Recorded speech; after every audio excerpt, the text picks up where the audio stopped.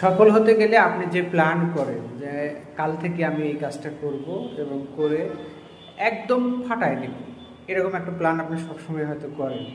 সেটা যে কোনো ব্যাপারে হোক, আপনার ফিজিক্যাল এক্সারসাইজ বলেন, স্টাডি প্ল্যান বলেন, বা কোনো একটা ব্যবসা দাঁড় করাতে চাচ্ছেন সেটার কথা বলেন, বা কোনো একটা স্কিল ডেভেলপ করতে চাচ্ছেন, কোনো একটা কোর্স করতে চাচ্ছেন, এবং সেই ক্ষেত্রে আপনি মনে মনে কল্পনা করছেন যে আমি কাল থেকে একদম ফাটায় ফেলবো জাস্ট। হ্যাঁ, কালকে যখন আসে তখন কিন্তু আমরা অনেকেই শুরু করি প্রথম দিনটা, কিন্তু মেইন প্রবলেমটা দাঁড়ায় আছে সেকেন্ড দিন থেকে।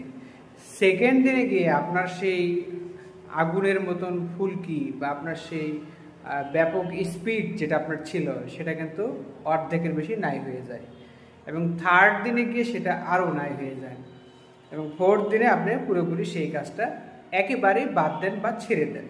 তাহলে এই জায়গাটাতে আপনার জন্য খুব বেশি ক্রুশিয়াল বা ইম্পর্টেন্ট বিষয় হচ্ছে আপনার সেকেন্ড ডে। আপনি প্রথম দিন অনেক স্পিডে, অনেক মোটিভেশন নিয়ে, অনেক উদ্যম নিয়ে কাজ শুরু করলেন, বাট সেকেন্ড দিনে গিয়ে আপনি সেটা হারাই ফেললেন। এইটা হারাই গেলে আপনার চলবে না।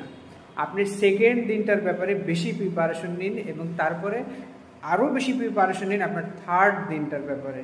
ফার্স্ট, সেকেন্ড, থার্ড, তিনটা দিন যদি আপনি কোনোভাবে আপনি যদি ম্যানেজ করে আপনার ট্র্যাকে থাকতে পারেন, যদি আপনি যেটা প্ল্যান করেছেন, যেটা প্রতিজ্ঞা করেছেন নিজের কাছে, যে স্পিড নিয়ে কাজ শুরু করার ব্যাপারে আপনি মনে মনে খুব বেশি হাইলি মোটিভেটেড ছিলেন, সেটা যদি আপনি 3 দিন যদি মেনটেন করতে পারেন, তাহলে দেখবেন আপনি যেটা করতে চাচ্ছেন চতুর্থ দিন, পঞ্চম দিন অটোমেটিক্যালি হয়ে যাবে, কারণ আপনি একটা হ্যাবিট 3 দিনে অলরেডি গ্রো করে ফেলেছেন।